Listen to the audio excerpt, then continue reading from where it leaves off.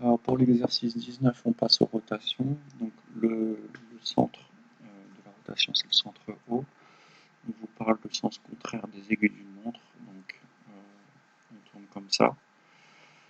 Et on vous demande quel triangle obtient-on quand on transforme A ou B par la rotation de 160 degrés. Centre O, 60 degrés. Donc 60 degrés. Pour ça, il faut se souvenir que les triangles équilatéraux ont des angles tous de 60 degrés, justement. Donc en gros, il va falloir tourner d'un triangle, si je veux expliquer grossièrement. Donc A ou B qui se trouve ici va devenir FOA. De là à là, j'ai bien tourné de 60 degrés. Je vais faire hop, ce triangle-là. Je tourne hop, de 60 degrés. Ça donne bien celui-là. Ensuite, la rotation donc 240 degrés pour la question B. Bah, 240 degrés, c'est 4 triangles, parce que 6 x 4, 24. Donc si 60 x 4, 240. Je tourne de 4 triangles. Donc je prends mon triangle de départ AOB, ça fait 1, 2, 3, 4. Et j'arrive au triangle COD. COD, j'ai dit. Ensuite, question C. On vous demande quel triangle obtient-on par la translation qui transforme C en D. Donc C transformé en D, c'est cette translation-là. Voilà. On vous demande que devient ce triangle-là. Bah, le triangle, il est déplacé en diagonale de C vers D, c'est-à-dire le point O devient le point E, le point B devient le point O, le point A devient le point F. Donc le triangle devient le triangle EOF pour la question C.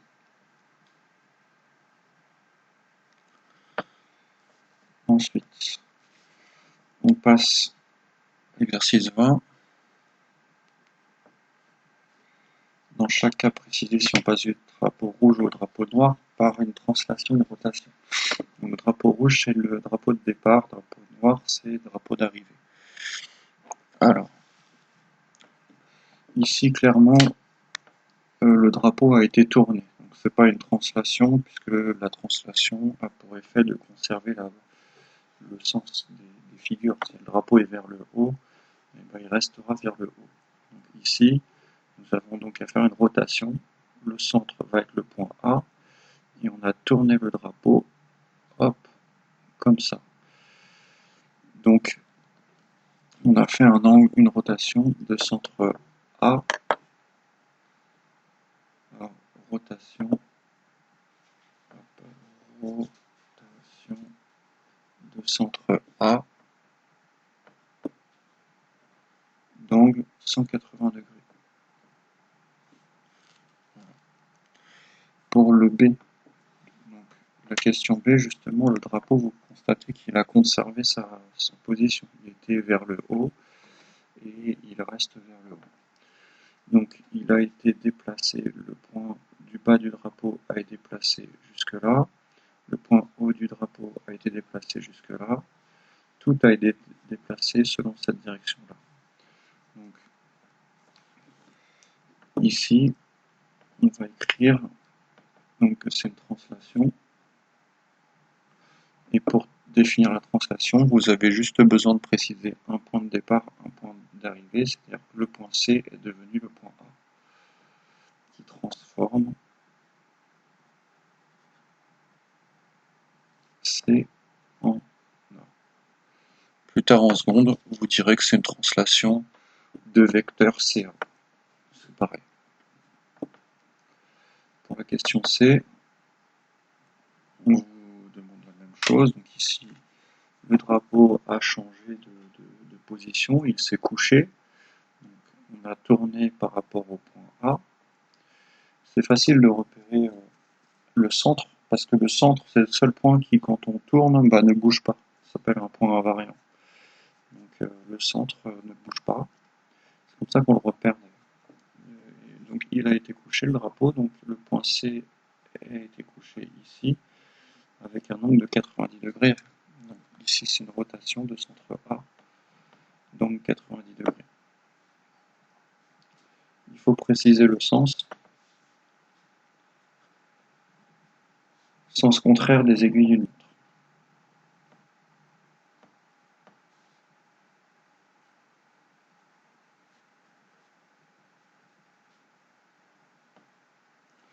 Pour la rotation du petit arc, je n'ai pas précisé le sens parce que l'angle c'est 180 degrés. Donc vous tournez dans n'importe quel sens, que ce soit sens des aiguilles d'une montre ou sens contraire des aiguilles d'une montre, vous obtiendrez la même figure finale. On passe à l'exercice 21. On vous demande de reproduire la figure. Moi je vais le faire rapidement sur papier blanc, mais normalement il faut le faire sur votre papier quadrillé. Donc,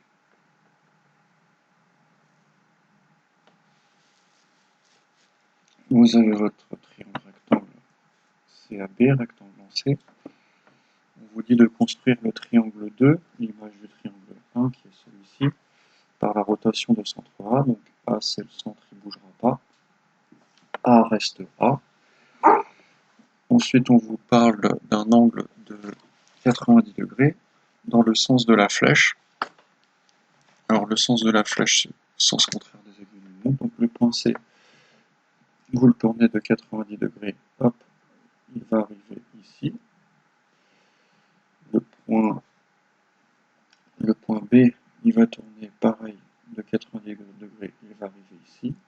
Et votre nouveau triangle, il va être ici, je le trace en rouge, là, comme ça. Après, pour la question C, construire le triangle 3, image du triangle 1, par la rotation de centre B, d'angle 90 degrés dans le sens de la flèche. Donc on vous dit que maintenant le centre c'est B, on change de centre.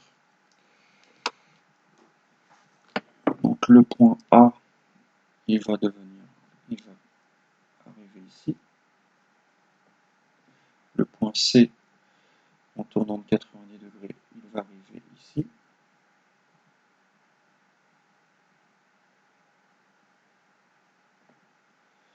Et votre figure, ça va être celle-ci.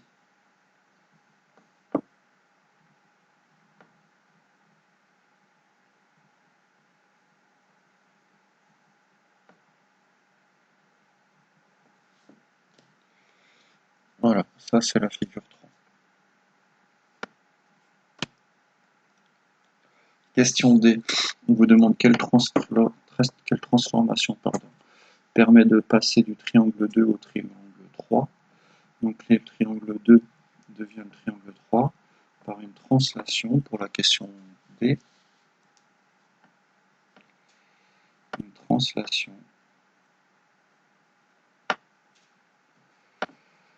de vecteur CB. Donc nous en langage 4e, c'est qui transforme C en B. Alors pourquoi? Vous regardez le triangle rouge, le triangle gris. Ici, on a bien pris chaque point du triangle rouge qu'on a déplacé vers le triangle gris. Ici, j'ai une petite erreur sur... c'est pas qui transforme C en B, c'est qui transforme B' en B. Hop, vous corrigez.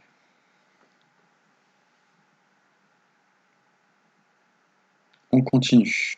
Pour le 22. Pour l'exercice 22 maintenant, on vous demande de faire une rotation du marteau avec le centre A, puis le centre B.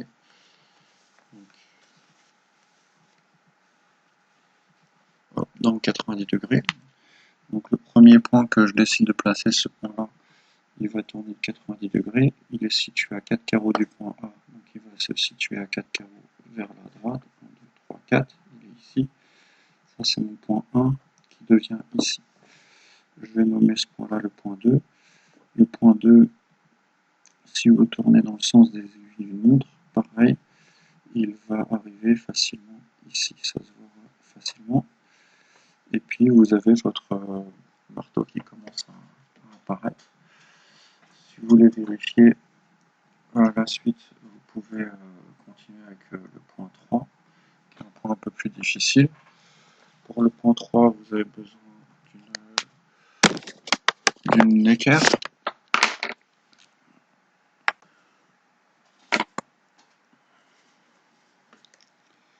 Donc le point 3 va se situer, il va tourner à partir du point A. Donc là, je vais écrire en papier. Votre point 3, il va tourner de 90 degrés, donc il suit simplement l'équerre, et puis il va être à la même distance du point A. Voilà, puisqu'on tourne, du coup, on tourne vers là. Hop. J'ai fait une erreur là dans mon équerre n'est pas là, pour tourner de 90 degrés. L'équerre est là.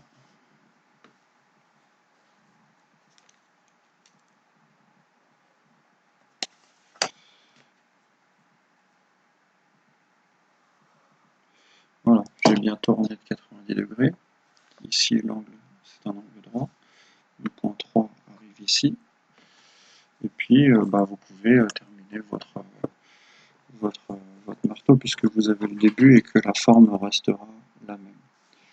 Donc, ici, votre marteau va ressembler à ça. Une fois que vous avez le début, vous finissez grâce au petit carreau, vous devez avoir la même forme finale.